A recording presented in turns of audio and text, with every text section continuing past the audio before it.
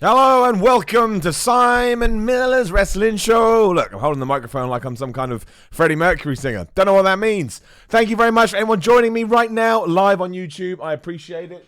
As I check the volume, that's all good. It's lovely to see you all. It's lovely to be here. The question I get every week is, Simon, can I listen to these on podcasts? And I'm always amazed at the start of every show I say, yes, you can listen to this on podcasts. Just search for Simon Miller's Pro Wrestling Show, Spotify, Acast, Google Podcasts, Apple, everything. Whatever you listen to podcasts on, you are able to hear my stupid voice talking to you a couple of times a week. And also you can do it live on YouTube. Search my YouTube channel, Simon Miller. Give me a subscribe. Make me feel good inside my head. Other than that, you know the deal. You know the rules. Instagram and Twitter at SimonMiller316. Massive shout out to pinsandknuckles.com. Make sure you check out pinsandknucklesmerch.com, where not only can you get exclusive Simon Miller t-shirts, but obviously you can get your own t-shirts done as well if that's something you're into. So thank you to them for supporting the podcast.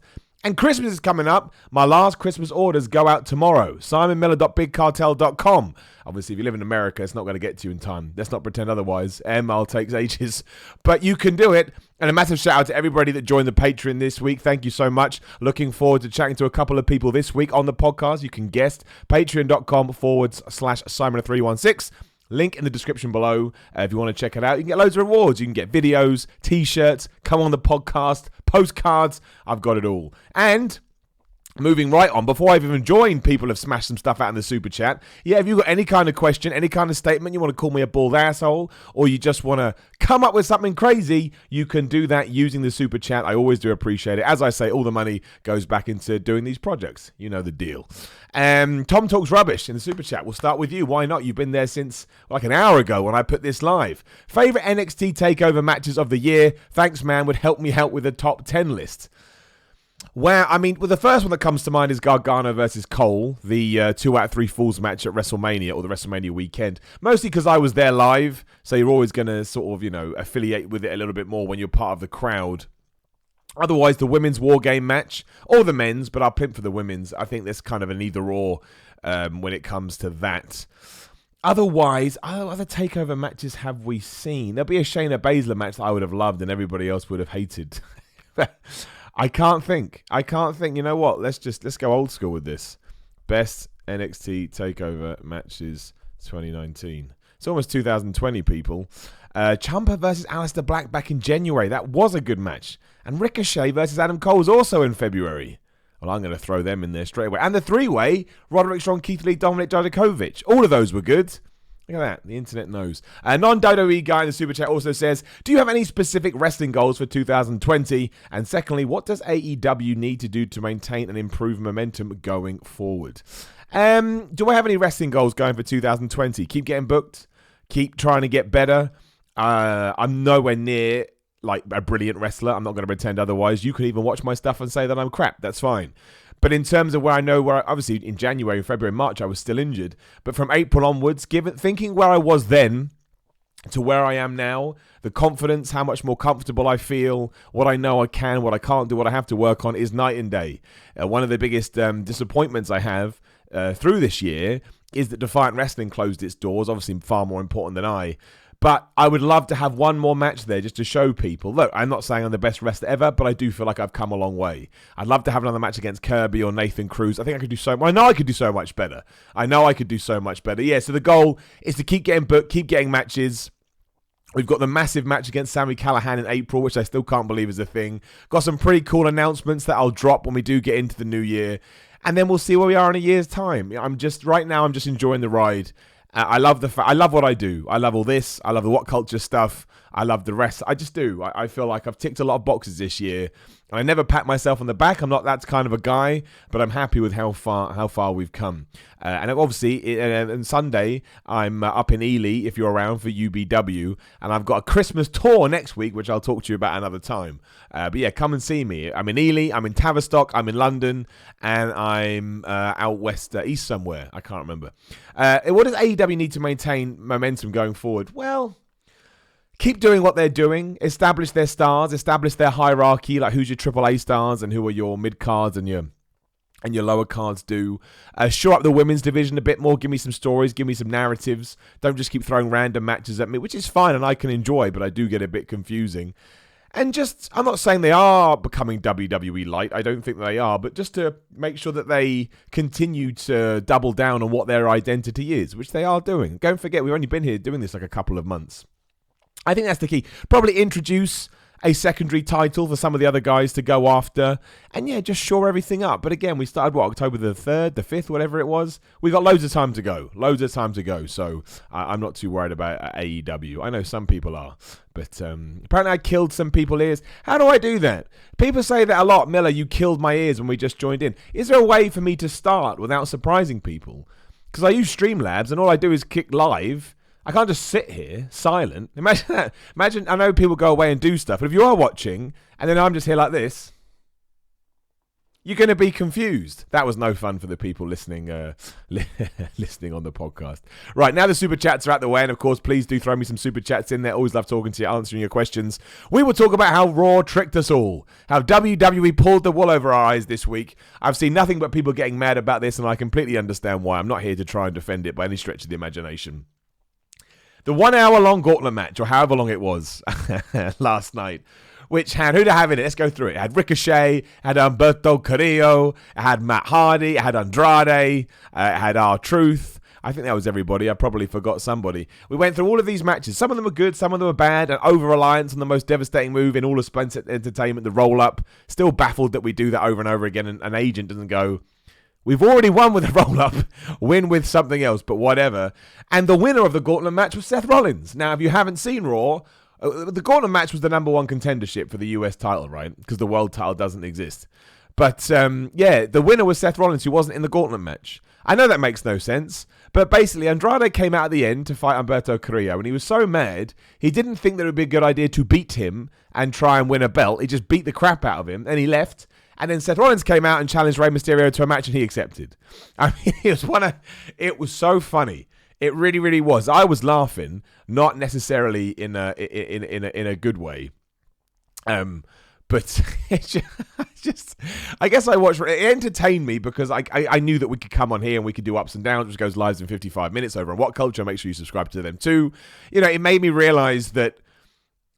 Realize is not the wrong word, but because I get to come on here and laugh about this stuff, I don't mind so much. But when you take a step back and you think about it from a story point of view, that is a big ask to, you know, wrong word, but, you know, to ask people to invest in 4 or 5 matches, however long they were, and they were good, and then just say, oh yeah, just disregard all of that. I thought that was a little bit much. And the problem is that the world title isn't on Raw. I thought about this. That gauntlet match should have been there to crown a new US champion or a number one contender, whatever. And Rey Mysterio should be the Universal champ on that SmackDown now, the WWE champion.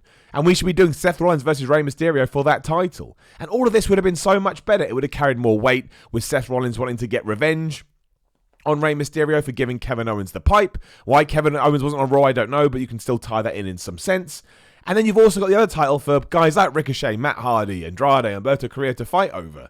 It made so much more sense, and it's the first time for a while I've gone, oh man, it absolutely sucks that the main title isn't on Raw right now. I think it would have made this story so much better, and you wouldn't have to be cramming 2 narratives together, which is essentially what we did. We needed to get to Rey Mysterio versus Seth Rollins, which is a cool program. I like it. There is logic there with the pipe and Kevin Owens.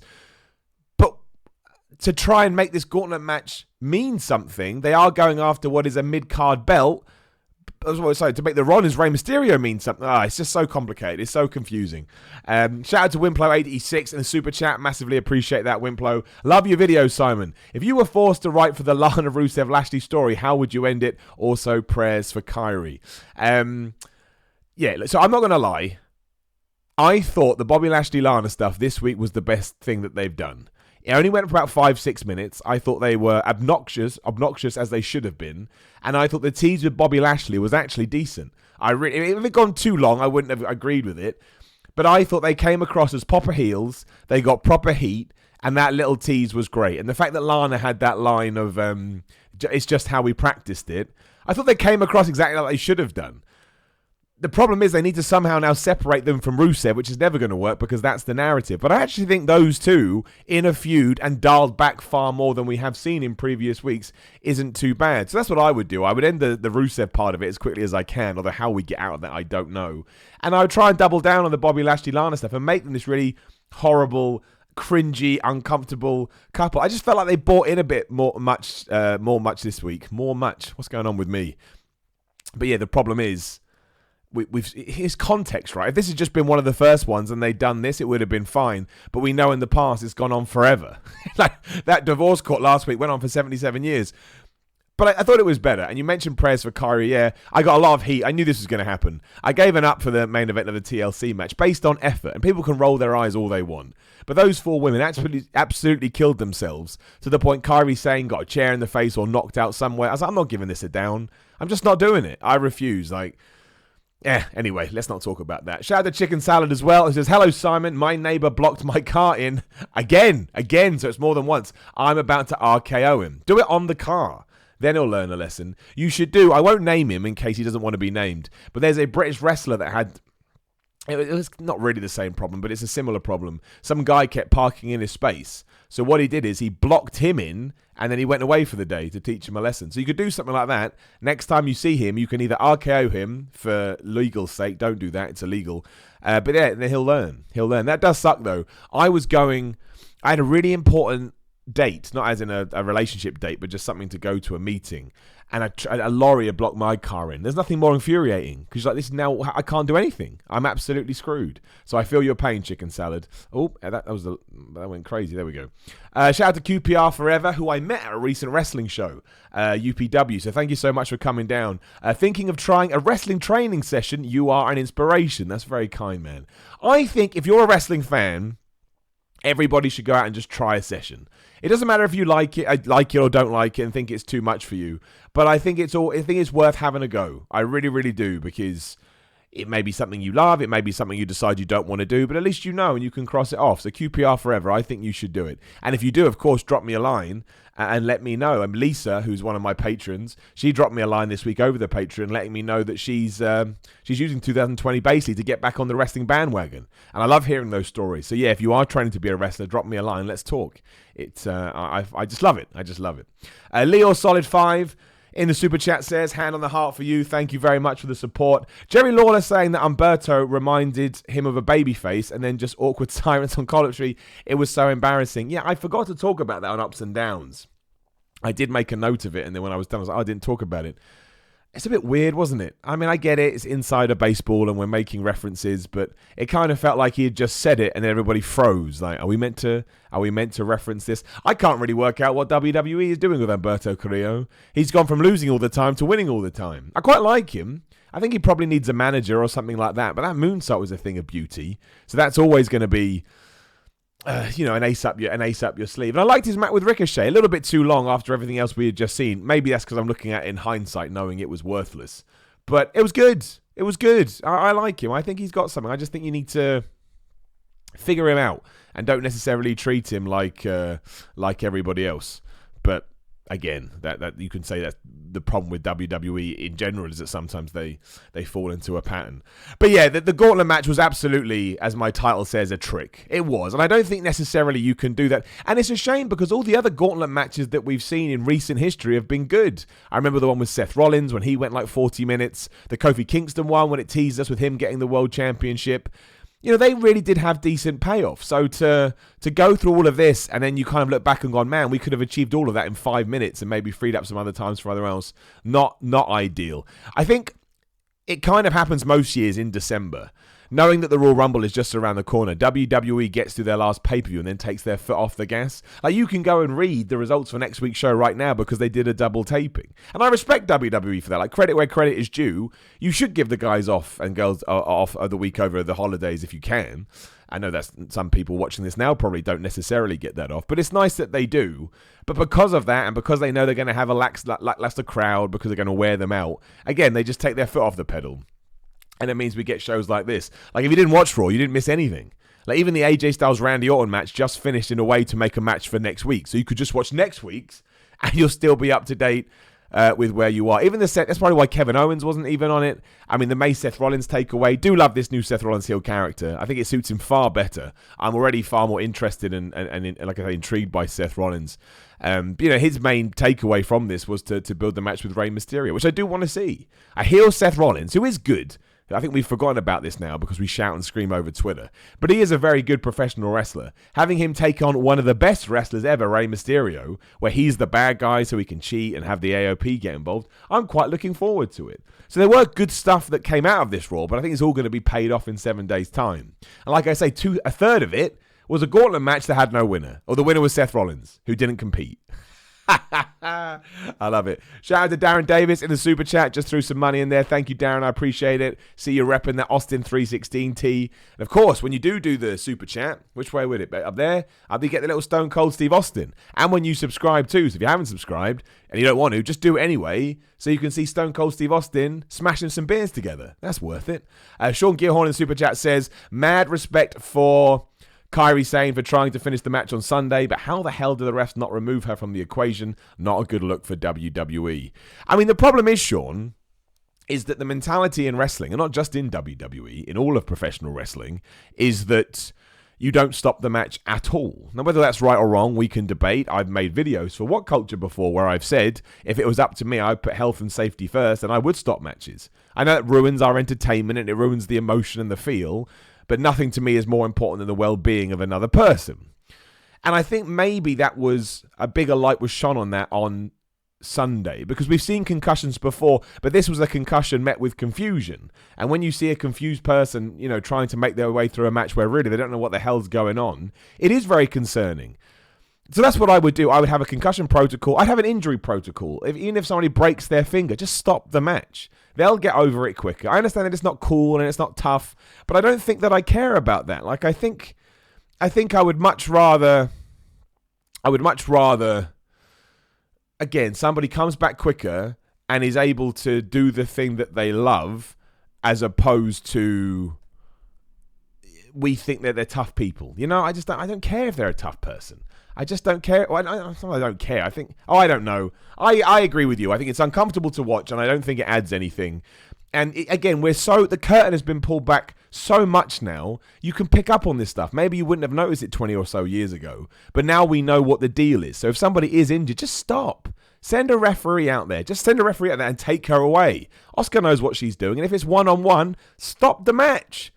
If anybody goes on Twitter and goes, oh, you ruined the match, flip those guys. Flip those guys. I've just realized I forgot to put I screwed up my title. It's meant to be WWE Tricks on Raw and TLC 2019 Fallout. There you go. I've done it now. Silly boy. I've got some other super chats I will get to now. My man, Jay Mitzer. Jay Mitzer? Yeah, good name. Simon, can you please stop saying sports entertainment? No, Jay. It's an official term. Don't try and take out my sports entertainment and from the WWE universe. How dare you? If you keep doing this, the Fiend Bray Wyatt is going to turn up with the big dog Roman Reigns, and I'm not going to give you the official hashtag for today. I don't mind sports entertainment. I don't mind WWE superstars. I'm not massively fan of WWE Universe just because I don't think it works in a sentence. But I accepted sports entertainment when I was like 5. So it's hard for me to move on now. Cotton Candy Lover, who so far wins best name of the day in the super chat. Thanks so much. Hey, Simon, not wrestling related, but I'm 26 years old and can't break 120 pounds. Any advice to gain weight? Love you, man. Keep up the great work. Thanks, dude. I mean, look, it sucks. We'd have to have a deeper chat about this, so feel free to send me a message. But you need eating. Right? Sounds dumb. Well, of course, I know you've tried this, but you do need to eat. Like the story I always tell is I struggle to put on weight, not to the point that you are, I don't think. And I remember sitting there with my friend Luke, who was the guy that got me into bodybuilding, and literally pushing rice into my mouth as bits fell out because I didn't want to put any more on my stomach. But you have to expand your stomach to do it, and it was awful. I know it sounds ridiculous, and it probably was unhealthy if we're completely honest. I mean, I was like 17, 18 years old. But that's the way you've got to do it. Now, I would never advise that. I don't think you should eat to the point of making yourself feel sick. But if you're really struggling to put on weight, I'd say the best thing to do is liquid diets. So keep eating what you're eating, but introduce some kind of mass gainer, some kind of carbohydrate shake. Get a good one. Some of them are packed full of sugars. You can actually get one that are quite nutritionally balanced. But that's what I would do, cotton candy lover. I'd make love to that cotton candy, and then I would, try a weight gainer shake a couple of times a day. Some of them have got like 600 calories in. So you've already added, if you had 2, you've added 1,200 calories to your diet. But be careful, obviously, because increasing, that much at a quick time, you could put on the wrong kind of weight. So just make sure you monitor it as you go. Baron Rickett has done a very good super chat because he can segue right into what I wanted to talk about anyway. My take on the Fiend matches. They are a kayfabe way to give the wrestlers a reset. The Fiend changes you when he beats you, and because he isn't a default bad guy because people love him, the change can either, be heel or face. And quick shout out to Sidewalk Close in the super chat as well. Thank you, my friend. Just put some money in there. Baron, I agree with you. I love the Fiend, and I love Bray Wyatt. I want to talk about TLC. I thought the Miz Bray Wyatt match was troublesome just because I was desperate to see the Miz act like a man possessed, right? His family's back against the ropes and, he wants to kill this man. He didn't. He just stood back and he watched, and then we had a very odd kind of... I get what they were trying to achieve. I just felt it felt a bit janky, right? There was no real flow to it. But in terms of Bray Wyatt, the character, when I am watching... and I'm suspending my disbelief, I am perfectly happy to pretend that Bray Wyatt and The Fiend are now different characters. And that all comes down to the performance of, what's his name? Whatever it is, Rotunda. I can't remember his real name. And that is credit to him. Like, what an absolute hero. What an absolute genius of wrestling. And I deliberately haven't been bashing out the Golden Up over on Ups and Downs for a while because I want to make it mean something. But I laughed so much at that TLC entrance of Bray Wyatt when he looked like a kid in a candy store. I was like, I've got to do it. I got too much entertainment out of that. And again, it was that performance that allowed me to separate the Fiend with Bray Wyatt, which is exactly what he was trying to do.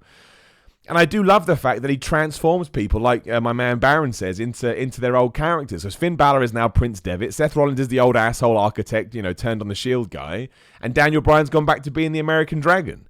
I mean, that's basically gone heel, and Daniel Bryan is still a face. So it is absolutely wonderful. Whether it's intentional or not, I don't know. But much like the Undertaker streak back in the day, I hope WWE jumps on it and basically uses it as the lake of reincarnation. So if you want to turn Matt Hardy back into, the delete guy, broken, woken one, have him lose to the Fiend. If you want to... Who else could go back in time? If you want to make Drew McIntyre 3-man band, have him lose to the Fiend. I think it's... I really, really do enjoy it. And... yeah, so if you look at it, I didn't mind the one at Crown Jewel, even though it's Crown Jewel. But between the Seth Rollins and the Miz matches, not my favourite of the year. But it's not always about work rate. It's about characterization and personalization and personas and presentation. And I think Bray Wyatt, if I had an award, I'll do some kind of awards this year. I don't know what I'll come up with, but I'll come up with something. I would give that, whatever that award would be, to Bray Wyatt. And I love it. And I love how it's helped other people too. Like Finn Balor feels fresh. I really, as we've already talked about, thinks this change has helped Seth Rollins. I'm not entirely sure about new Daniel Bryan, but we can't jump on it yet. I need to see what happens on SmackDown. But let's face it, it's Daniel Bryan. No matter what he's doing or what he looks like, I love him. Can't help it. He's Daniel Bryan. He's the best. But I think that was my highlight of TLC. The entrance alone, which sounds dumb, but let's not pretend that we don't enjoy that. Like, sometimes I say things like that and go, Miller, you're just not a real wrestling fan. It's not always about the wrestling. It can be an angle. It can be a promo. It can be an entrance. It doesn't matter. Whatever you enjoy. I thought TLC was all right. There was just... the Viking Raiders OC was even stranger in hindsight because we did it on Raw and the OC won. And then Bobby Lashley versus Rusev. It was what it was. But I'd seen so many tables and kendo sticks and violence by that much, it got taken away. And we talked about the Kairi Sane or the Kabuki Warriors versus Charlotte Flair and Becky Lynch match. I know it wasn't the best thing in the world. And I know that it didn't. I know that it had its issues. But yeah, with the injury to Kairi Sane... and the amount of effort they put in, sometimes that speaks louder to me than the quality. And that's what I felt when I watched it, as I don't feel comfortable giving this a down. As dumb as you may think that is, I try and take it... I don't take myself seriously, but I try and take my surroundings quite seriously. I just didn't think it was fair. And I thought about that one a lot. I really did. That's why you can watch it. You can see in what I'm saying that I considered it. But imagine you're doing your job and somebody involved all of a sudden isn't 100% there because they've been knocked out. For them to get through it, I thought was I just thought it was good. I liked it. And we did have two awesome matches, like the Revival versus the New Day in that ladder match. I didn't even want to see that match just because I felt like I'd had my fill with the amount of times they fought, but they absolutely smashed it. Absolutely brilliant. And WWE doesn't really do bad ladder matches, I realise now. And while the crowd wasn't super into it, and Aleister Black versus Buddy Murphy was top. I thought that was great. I think it was a great way to try and get the fans behind them more. Kick the crap out of each other. It looked like Aleister Black broke his nose, but it helped his, the aura and the atmosphere of him. The Black Mass feels to me like it's going to become a new RKO, just smashes it out of nowhere. Didn't hurt Buddy Murphy because he hit it so sweetly. I was like, well, yeah, that would knock anybody out. It's like a fight when you see two guys going at it and someone loses, not by a fluke, but by a good shot. You're like, well, what do you do? Like a Deontay Wilder fight, right? When he fought Ortiz.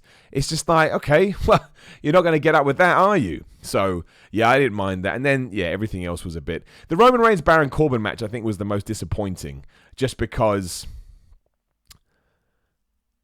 I thought it would be okay. I'm not invested in the feud. I'm just not. For no reason. I'm not saying it's bad. It just hasn't grasped me. Like, you watch any kind of soap opera, you're not going to love every single thing they do.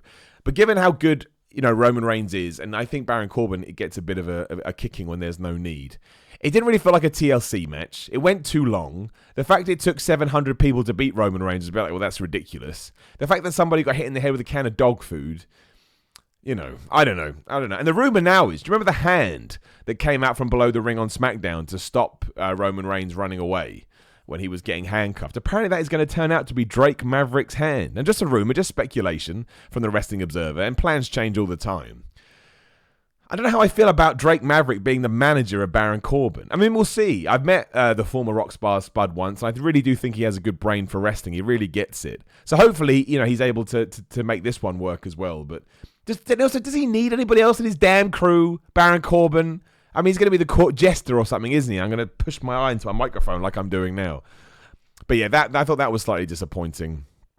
And I believe that was pretty much it, right? That was the TLC card. It very much did feel like the last pay-per-view of the year. I kind of feel like we're in by-the-numbers territory now, and we'll get to January and things will get great again. We've already got the Royal Rumble commercials, right? So we're getting close to that. But yeah, and I feel that kind of tied into Raw as well. In fact, let me get my notes up in case there's anything that I've forgotten that I should talk about. Oh no, that's a top 10 list, Simon. It's not what you want. Yeah, I didn't get Viking Raiders versus OC. The Liv Morgan video, that's what I want to talk about. Before I do, shout out to Sean Gearhorn in the super chat. Thank you, man. Always supporting. I appreciate it. Makes a great point, does old Sean. Can we get Kofi his Jamaican accent back using the Fiend? Great point. Have the Fiend versus Kofi Kingston. I'll buy into that match. And yeah, let's have him go back to Jamaican Kofi. Why the hell not? Still one of the weirdest gimmicks ever. How did they ever think they were going to ride that one out? It's like when Santino Marella had his Italian accent. I've told the story before. I'll tell it again. I did some interviews with a bunch of talent because I got lucky enough to go to WrestleMania 24. And he just came in, he went, look, guys, just pretend I'm using my Italian accent. I'm really tired. And he just dropped it. And that made it even more cooler because it was like a window into the behind the scenes. Yeah, the Liv Morgan stuff. Now, we have to walk tentatively and cautiously with this because this video should have aired about 7 years ago after Charlotte Flair beat her, and we would tease this. And we remember what happened with Emma and Emmalina. If you don't know, Emma became Emmalina, then went back to being Emma and got fired. So let's hope that doesn't happen again. But I like the idea of it. Like, it didn't actually make any sense because she was part of the Riot Squad before, which was a group that was completely, anti-everything. So trying to pretend that she had to conform was a bit nuts. But screw that. Let's not worry about it. I like the presentation. I like the way it was done. I like the way it was shot. There's something about Liv Morgan. Like, I watch her. Like when I first saw Rhea Ripley, I'm like, I think they could do something with you. And now look where she's got. I think Liv Morgan just needs a bit of an opportunity. And I'm hoping this is that. And that she's able to, turn into a different character. So I thought that was well done. I would like more intriguing things like this. It left me wanting to see what's going to happen next week. Are we going to get another video? Will she debut? Who's she going to be aligned with? What's she going to look like? Because she's washed all the Harley Quinn stuff out of her hair. Yeah, just decent, I thought. We talked about Lana and Bobby Rusev. We talked about the gauntlet match, which obviously went on for an incredible amount of time. Oh yeah, Asuka versus Deonna Purrazzo. My word, I mean, it was a good match. The match was fine, right? I actually quite enjoyed it. But what was that? Here's a promo video for this new person you've never seen before, loses. I just don't get it. I just don't get it. A lot of people mentioned the Becky Lynch interview too. Yeah, nice and simple. See, you don't have to overthink things sometimes. In fact, if we had had that Becky Lynch promo 2 months ago, 3 months ago, we wouldn't have had to gone through all this tag team stuff. It's nice and simple. She now believes that management and the office don't think that she can beat Asuka. They want to try and protect her women's title. That's why all this has been going on. But now Becky needs to prove to herself in 2020 that she can beat the Empress of Tomorrow, and that's what she wants to do. There you go. Nice and easy. That sets up a great Raw Women's Championship match. You can do it at the Rumble. If Becky Lynch wins, you can tie it off that it's been a year and she got redemption. I'd have Asuka win, but that's a whole other story. We won't talk about it today because WWE won't follow where I want them to follow. So yeah, that was nice. And then Randy Orton versus AJ Styles I thought was good too. It's just there to set up a 6-man tag next week, I would presume. Like I say, I haven't read the results. And Randy Orton and AJ Styles are just good. I just like them. I like both guys. I think they're really good at what they do. AJ Styles as a heel in this role, I'm very entertained by. And even though Randy Orton's promo where he basically said, Seth, AJ, you better not forget this is Raw. Bizarre, not a threat. But, no, that was good. Dan Lemley in the Super Chat says, I agree with your point about Drake, but I also think his character fits with Baron. I see what you mean. Well, yeah, because he can be... I mean, the King Corbin character is quite silly, right? It's quite over the top. So you could easily do that with Drake Maverick too. I'm not saying it's a bad idea, and I think most things that Drake Maverick is given, or Rockstar Spud, or whatever the hell he was called in TNA, I actually think he's quite good at adjusting to. So I think he'll do a decent job. It's just whether or not we need anybody else adding to that court. I don't know, whatever you want to call it. But we'll see. We'll see. Like, I'm surprised that Roman Reigns didn't just beat him. I'm convinced now that Roman Reigns is winning the Royal Rumble just because of the way that he's being booked, but we'll see. But yeah, we'll see. We'll see, Dan. We will see. Geeked Out Nation, the Super Chat says, thank you very much. As always, appreciate it. As I say, any Super Chat money, any Patreon money I use to free up time so I can do this. This week's crowd has been bad. Why do you think this is? I saw a lot of threads about this, talking about crowds recently in WWE. And they're moaning at them, saying they should be louder. And I do understand that because one of AEW's biggest strengths is how loud the crowd is. And it really gets you invested and it makes you feel what you're watching is a huge deal. But that's up to WWE, right? If you're going to react to something, you're going to be loud. I know that like Corpus Christi, everybody said is just a crap crowd. But if you actually engage with people and you actually get them to react, then... you will get noise. And we'd all want good crowds wherever we go. But I can only presume that people are sitting on their hands because they're thinking to themselves, well, I'm not actually that invested in what I'm seeing. And WWE Live is a great time out. I think even if you go to a quote-unquote bad show, it's still a lot of fun. But, yeah, they have been more noticeable. But I guess you just need to find a way to... it's the performer's job to make people react. I mean, if we talk about TLC... Andrade versus Humberto on the pre-show started that way. Not that many people cared. And by the end of it, they were chanting, this was awesome. So they listened to the crowd and they gave them what they want. And that's good professional wrestling. They deserve a tip of the cap for that. And I guess that's what WWE needs to do with its Raw shows. It needs to figure out a way to get that kind of reaction, to engage them in that way. But of course it sucks. Of course you want loud crowds, always. Geek Down Nation, the Super Chat also says, so the Fiend kidnaps Daniel Bryan and terms him good, but why? Well, Daniel Bryan kind of explained that. It was a couple of weeks ago when he first did the Yes Movement thing again. He was like, it showed him how the fans never gave up on him, and even though he turned his back on them. I mean, it wasn't the greatest explanation ever, but it's a better explanation than, say, Cesaro joining Sami Zayn's unit. There wasn't one. Or the fact Bayley turned heel. There wasn't one. Or when AJ Styles turned heel. There wasn't one. So I will take that explanation, but... I guess it's just, was it the enemy is my friend kind of a deal. Daniel Bryan knows that he's in a situation where he needs to embrace the crowd again, and he has. It wasn't a silly idea to turn Daniel Bryan heel because that character was great. But everyone just loves him. Everyone just thinks he's the best. So you may as well just go with it, right? You may as well just clap your hands and think, hell yeah, why the hell not? So Raw to me was a by the numbers show, which I don't mind. I get if you've got 52 weeks of television, you're going to have to do it. But the problem is that you can miss it and it wouldn't make a difference. That's the shame. There was nothing on here that was sort of must-see television. And the gauntlet match, I completely understand why it has irked people so much. But that's something we can talk about, right? That's something we can talk about and go with moving forward. And as for TLC, I think the two kind of mold into one. It will be. Well, I mean, you can tell on Raw the fact we did the OC versus the Viking Raiders again is a testament to the fact we're like, okay, we're done with that pay-per-view. Let's move on to to, whatever pay-per-view is next. So, yeah, interesting week for WWE. We'll move into SmackDown, and then that's pretty much it, because, again, I assume they're doing SmackDown live next week, 'cause that's just in the middle between Christmas and New Year. But, yeah, you can go and read all of Raw's results in 7 days, should you so wish. I haven't done it yet, but I will do it later, because I can't help myself. I'm a spoiler fiend. And it'll be interesting to see how it comes across on TV, because I think they started the tapings last night at 5:30 instead of their usual time, because they didn't want to keep people in the venue there past midnight, right? Which would have been nuts. So they brought it all forward.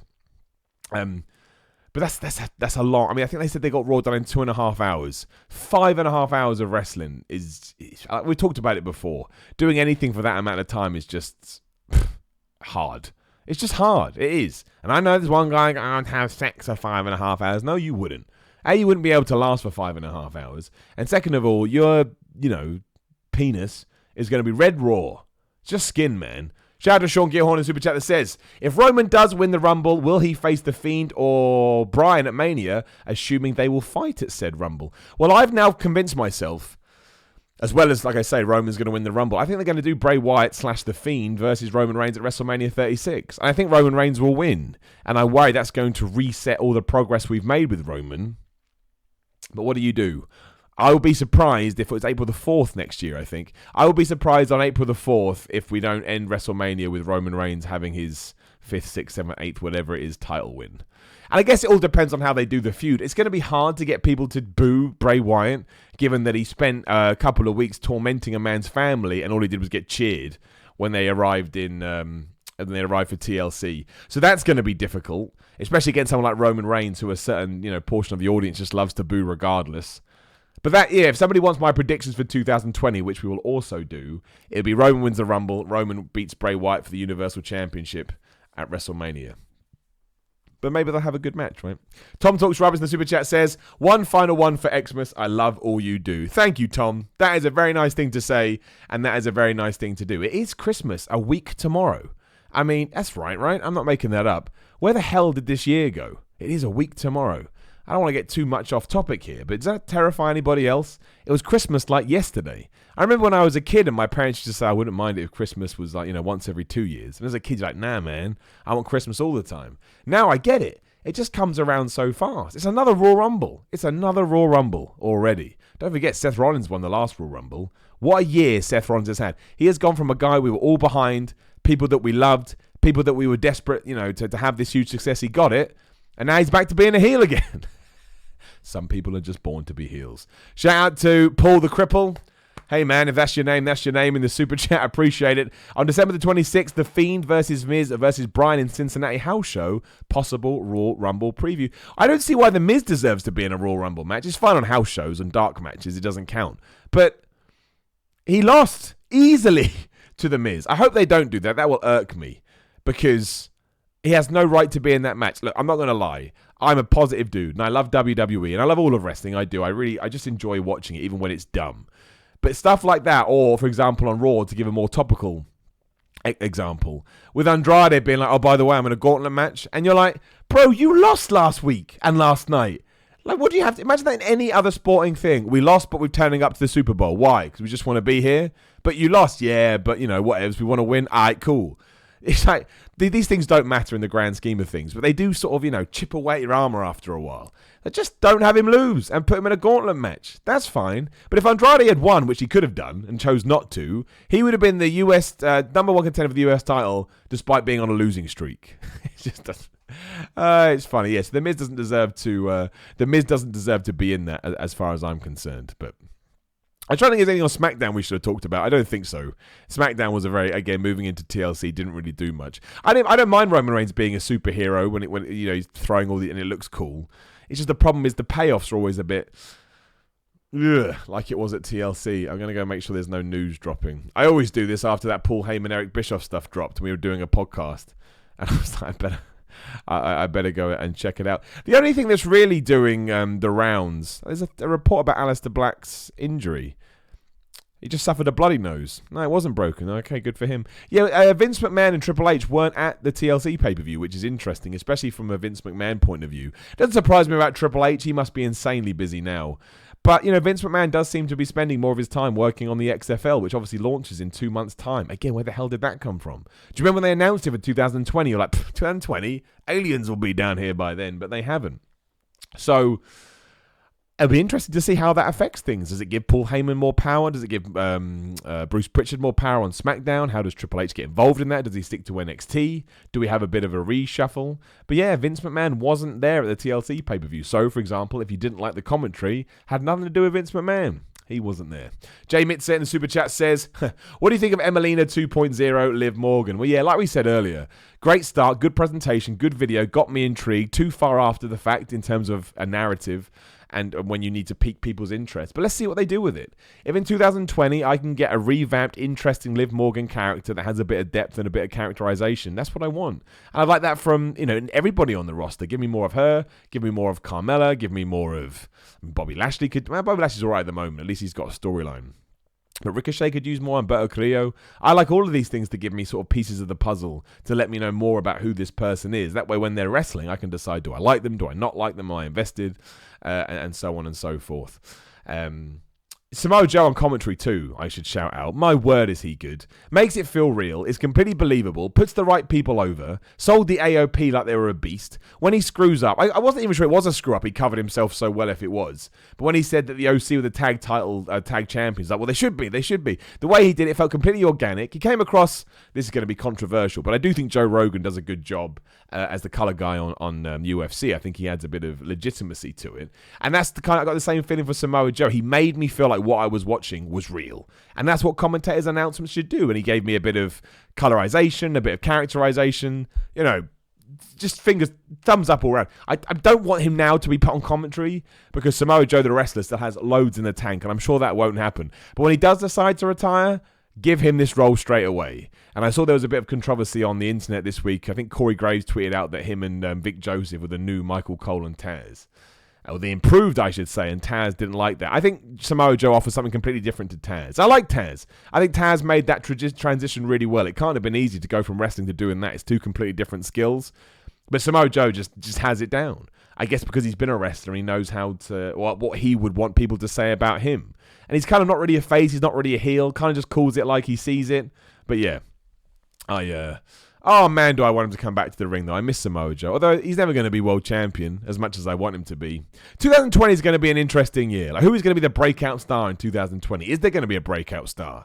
Like, a lot of people still got their money on Ricochet. I don't necessarily think it means anything too big. But let's not forget that Ricochet versus Cedric Alexander was the main event this week. That's what they did. I don't know why they did that. I don't know why Cedric Alexander has vanished off the face of the planet. But that was the decision that was made. So interesting times to see what's going to go down. Obviously, Sheamus will be back, so that's cool. I'm looking for news again. I think we're all good. I don't think anything massive has dropped because it would... well, you'd probably tell me before I even looked. But no, I think we're good. Do let me know what you thought about all the wrestling over the last couple of days. We thought SmackDown, TLC. Are you excited about AEW and NXT this week? They're both going commercial free for the first opening matches to try and fight each other. Because hilariously, we haven't talked about this, I don't think. They pulled exactly the same rating last week. What was it? 700 and something thousand, right? I can't remember what it was. But the exact same rate is literally like the difference of a few hundred, which is... I thought it was brilliant. And everyone just rolled their eyes at me. But you're allowed to do that. You're allowed your opinions too. I want all companies to do well. And I understand that it's not great because AEW is heading in the wrong direction. But you never know where it's going to... I don't think we've leveled out anywhere yet. And fair play to NXT for getting back in the fight. But I would love it if they could both start averaging 1 million viewers every single week. It means there's 2 million people, obviously a lot of crossover, but 2 million people watching wrestling on a Wednesday night. There's nothing wrong with that. I do think, the current landscape is a bit worrying because... there is so much wrestling on TV. I think it's so easy to get burned out. Like this week, if you were going to watch Raw, SmackDown, NXT, AEW, NWA, Impact's always got shows, and TLC, and maybe you watch the UFC too. It's still combat sports to a certain extent. I can totally understand you, but I just need a break. But you don't get a break from WWE because then Raw is here and something else. So that's my only worry. But yeah, it would be great if we could get to 2 million people on a Wednesday. I think that would be awesome. Anthony Taggart in the Super Chat is always supporting. Anthony, you're a good man. T-Dog sending some love. # hand on heart. Absolutely, T-Dog. And as well as Anthony and everybody else, thank you to everyone who has supported the podcast this year. It's far bigger than it was in January 2019, and that's all I can ever ask of anybody. So thank you to everybody that supports. Thank you to everybody that's interested, gets involved, listens on the podcast, puts the money in the super chat, watches live on YouTube, subscribes. Please do subscribe. We're close to, how far away now on the road to 100,000?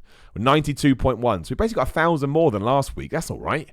8,000 to go. Such a nerd. She can go on the super chat. Shout out to Sean as well, always supporting for the year. Black and Murphy are Raw guys, right? How do they not have the guys from the best match from TLC on the follow-up show? Are they Raw guys? I thought they were SmackDown guys. Do you know what, dude? I think you're right. I don't know. This is the problem with a stupid wild card. I'll tell you where they are. So he's going to whip on my table because I need to get a new. There you go. Someone asked me about my goals for 2020. Get a better damn table than this stupid thing that wobbles around. Well, I need a new house, but that's that's a whole other thing. Yeah, he is performing on the Raw brand. To be fair, though, I know we just read that thing out where they said that he's cleared. Maybe they had to wait for him to be cleared. I'll give WWE a pass on this one. His face was all screwed up. Maybe they had to wait for the clearance and they didn't get it. I know you could. Saying that, you could have just sent Buddy Murphy out there for a promo though, but he did lose. We'll give him a pass. We'll see what happens next week. Shout out, of course, to NWA, who had Marty Scurll debut with them this week. I don't think it's going to be a long-term thing. I'm still convinced he's going to end up in AEW. But look, man, on that pay-per-view, it caused a big deal. People were talking about it. People were excited. So more power to him. Like he's a free agent, and he's a massive get for anybody, be that NXT, AEW, or NWA. Let me know in the chat. Just one word: NXT, AEW. NWA, not where you want him. Sorry, not where you think he'll go. Where you want him to go. Where do you want Marty Scurll, the villain, to go next? You're right. NXT, AEW, NWA. That's it. I'll let you know who wins. Geeked Out Nation, the super chat says, disrespectful. Oscar's win was cut off by the men's brawl. Yeah, I wasn't a massive fan of that. Obviously, talking about the end of TLC, where that brawl between Roman Reigns and Baron Corbin and everybody else just spilled out. I mean, we should be pushing the Kabuki Warriors because they're this amazing team that WWE has stumbled across by accident. I think they're great. I love them. And it would have been good to see them sort of bask in their glory. Keith Lee shout out. So yeah, I didn't really get that. But loads of people liked the brawl. They thought it was a more interesting way to end the show. I just think you could have maybe, prolonged it by a couple of minutes. I think my thing with it was, that spear by Roman Reigns onto everybody was amazing. Like, genuinely amazing. Do that in your match. That would have got me, to buy in a little bit more. But yeah, I agree. And Brandon Carvalho in the super chat says, who do you think will win the Rumble? Roman Reigns is my pick. Given everything that's going right now, I think Roman Reigns is going to win the Rumble. I thought Drew McIntyre for a while, but he wasn't even on TV this week, so they'd really have to push him hard. I think I'll have the Iron Man spot when he's in there for ages and he eliminates loads. But yeah, Roman Reigns. Roman Reigns is my choice, and we're getting all the Marty Scurll stuff through now. Most people saying AEW, couple of NXTs, couple of NWAs, but no, AEW is the big one. So let's switch gears as well once we're done with that. Who will win the Royal Rumble? Who do you want to win the Royal Rumble? Not who do you think, who do you want to win the Royal Rumble? So I think, you can write think too, just make sure you make it clear. I think Roman Reigns will win. But yeah, in terms of who I'd want to win, Daniel Bryan, even though it doesn't make any sense, but that would make me happy because everything Daniel Bryan does make me happy. Rusev, again, unrealistic, but we're talking about the pursuit of joy here. Who's a more realistic one that I wouldn't mind for a big push? Aleister Black and big push to WrestleMania. Again, long shot to say the least, but that would rock. Let me know who you think in the chat. Who should win the Royal Rumble for you as a wrestling fan? And if you sort of have a WWE idea, you can throw that in there as well. Kevin Owens is a great shout. Kevin Owens is a great shout for the Royal Rumble. I mean, we don't know what's going to happen in this feud with Seth. Can Seth Rollins lose after he just turned heel? Did WWE still see Kevin Owens as a bit of a, shifting commodity? Which they have done in the past, which always sucks for me. I'd love him to be the top babyface. We'll have a look. Some people saying Andrade. Some people saying Keith Lee. CM Punk, as always. Kofi Kingston, can't see it. Ricochet. Kevin Owens there again. So, yeah. Someone says, do you have writers or do you wing it? I don't know if they're talking to me or not. I mean, in terms of the stuff I do, no, I don't have writers. It's all me. Simon Miller is a one-stop shop of madness. Can't write for this brain, this bald asshole. Brandon Carvalho in the super chat follows up saying, I want Daniel Bryan to win it, but I think heel Seth will take it. Now, let's ask this question. If heel Seth Rollins, someone says Lars Sullivan, Matt Riddle, R-Truth. If we do get a heel Seth Rollins winning Royal Rumble, have we ever had back-to-back Rumble winners being the same, but one year they were a good guy and one year they were a bad guy? Probably, But I can't think of one. So if you can think of one again, let me know in the chat. I don't want to see Seth Rollins win it again. I like different winners. I like it when they come up with someone new, because I think the Royal Rumble is such a stepping off point, and Seth Rollins, regardless of what we think of him, is already a star. I mean, that makes me a hypocrite because I just said Daniel Bryan, but I just think I've wanted that for so long. But yeah, I mean, you could do it. I don't think it wouldn't be a bad choice, again, because he is a top guy. But yeah, I can't think of a time that there's been back-to-back the same winner in 1 year that they made such a transformation. The Seth journey over 2019 probably needs a video all of itself. It's pretty crazy. Sean Gearhorn in Super Chat says, do you think they cut from the end of the women's match at TLC so quickly because of Kairi Sane? I've seen a few people say this. Probably, maybe, but we'll never know. I mean, the thing for me is, so you'll switch up the end of your pay-per-view to protect her, but you won't protect her in the match when she's involved in combat. It seems very strange to me. But maybe they did. Maybe that was the idea. They said, do the brawl. It takes the focus of Kairi Sane, and then we can stay on air for however long that we have to. We can get her out of there. Again, as we mentioned earlier, just get her out of there whenever. Royal Rumble winners, Mojo Rawley, Shawn Michaels, Triple H. Heel Rollins wins the Rumble and takes on Roman Reigns at Mania, Raw versus SmackDown. I love you, but please don't do that. I can't handle any more brand destruction. Again, it triggers my wrestling nerd brain because I'm an asshole. Simon Miller as the winner of the Rumble. Even I don't think I should win the Rumble. Do you know how many people would turn on me? That's Roman Reigns type push. I got to earn that Royal Rumble win. And a lot of people saying Kevin Owens as well. Someone says Stone Cold Steve Austin. I don't think that's going to happen. Someone said, whatever's in Rowan's cage. We didn't talk about Rowan's cage. I have put WWE on a two-week window to tell me what's in Rowan's cage, or at least progress that storyline. I can't believe now for like 5 weeks, which is the same thing with jobbers. Like, why is Eric Rowan even fighting jobbers? Why do they care what's in the cage? None of it makes any sense. I'm so worried what's in that cage now because I care. That's the problem. I'm an idiot. I don't remember what happened in the past. I let my expectations run wild. And I say this on Ups and Downs. It's going to be Doink the Clown. It's going to be flipping Doink the Clown, and I'm going to be devastated. So we will see what happens. A lot of people are saying Matt Riddle, and they want him to take on Lesnar at WrestleMania. I think Lesnar is taken from WrestleMania. I do totally believe they're doing Tyson Fury versus Brock Lesnar.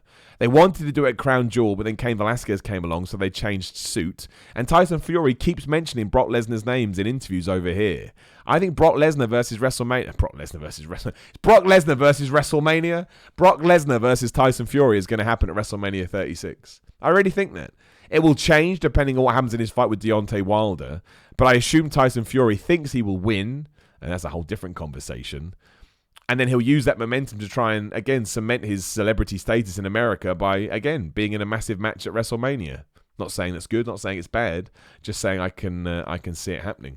Someone says Samoa Joe, wouldn't mind that at all. Boogeyman's worm, that's the weirdest answer so far. Tyson Fury to win the Rumble, I don't think they do that. I think they know fans will crap on it too much because, yeah, that's just how we see the world. Interesting. All right, cool. I like it. So we've got a few minutes to go. So throw in some questions in the chat, and I'll answer as many as I can.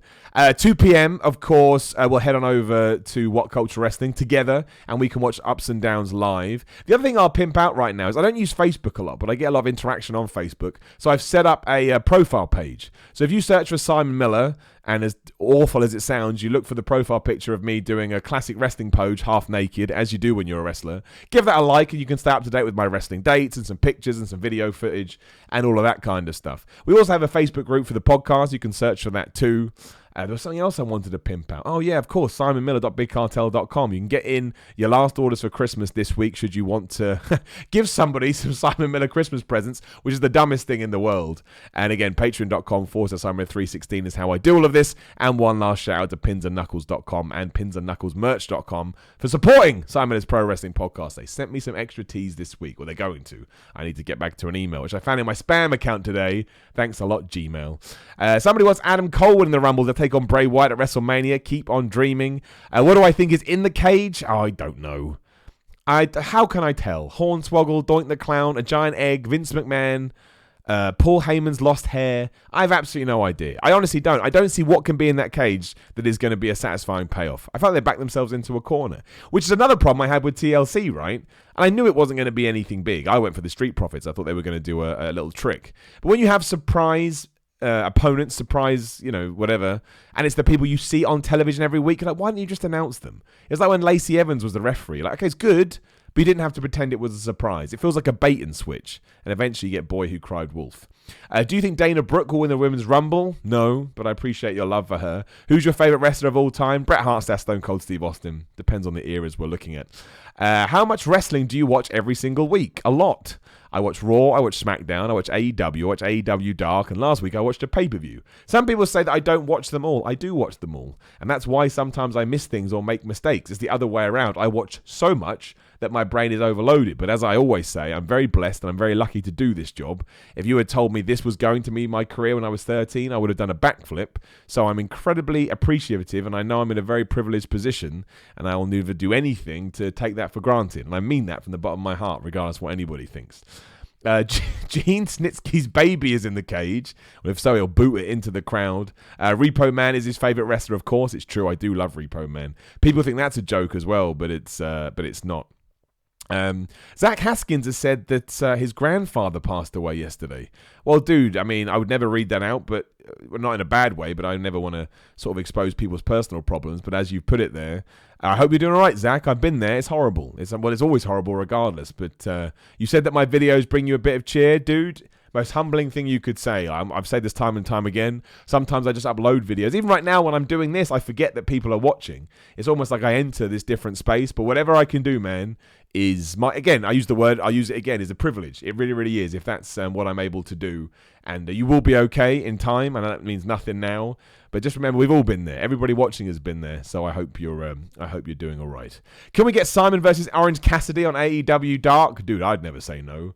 I would jump into that, two-footed. Simon, if you could pick your own theme song, who would it be by? Metallica. Never happened because they charged £1 million. But having a custom theme song by Metallica would be awesome. Slipknot would be good. System of a Down. Megadeth I'd take. Not as much into Megadeth as I was. Motorhead if Lemmy was still around, but you couldn't do that because Triple H overdid it. Symphony X, there's a more niche one. They'll be cheaper. Symphony X are a really good band. Who from the Undisputed Era besides Adam Cole would be the biggest star? I mean, I don't know. Kyle O'Reilly, maybe, because he's quite quirky and weird, and Vince McMahon would probably like it. Shout out to Sean Gearhorn in Super Chat as well. Did you watch your father on the new Stone Cold show? Pretty good stuff. We should talk about that. I love this new Stone Cold Steve Austin podcast series. It's so good just to have on the background and listen. He had Goldberg on this week. You learnt loads of stuff. One point he told Scott Hall to go F himself for some reason. Don't know what that was about. Yeah, it was a great chat. Shout out to my dad for doing it. It's just because, as opposed to going for headlines, Steve Austin is just having a chat. It's a lot like his show that he had on Podcast One or whatever it was, but on the network. Easily the best thing they've got right now. I hope they start doing it at least once a month I hope there's a lineup, so I know January I got this person, February I've got this person. It's really, really well done. Really, really good. Sometimes Stone Cold Steve Austin is hilarious because he's glaring at them like he's pissed off, but that's just how he looks at people. Yeah, it was really good, Sean. I really liked it. I thought Goldberg came across well.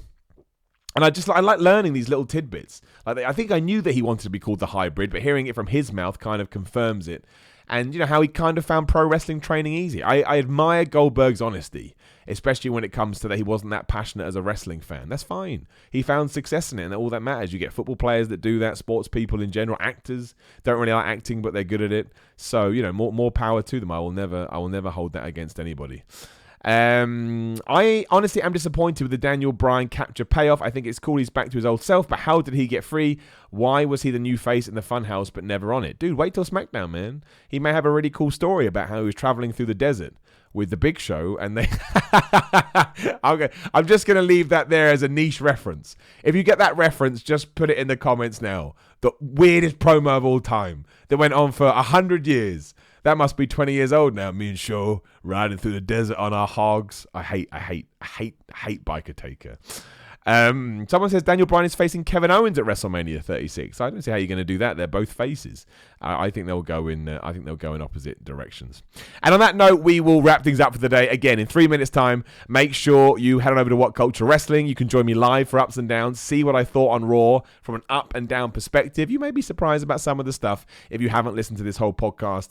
But yeah, if you could subscribe to my channel, that would be great. I'd love to get to 100,000 subscribers, mostly because my YouTube channel is dumb, and it would kind of give me some satisfaction to know that being passionate and doing what you want to do as opposed to what you think you should do does sometimes pay off. I'm on Instagram and Twitter at SimonMiller316. SimonMiller.BigCartel.com. SimonMiller.BigCartel.com is where you can get my merchandise. Patreon.com/SimonMiller316 is where you can support me if you like anything I do. Even if it's $1. Like, I know that sounds ridiculous, but even $1 helps. You know, it all adds up, and it just allows me to free up the time of the day to do this stuff. And I massively appreciate that people watch to begin with.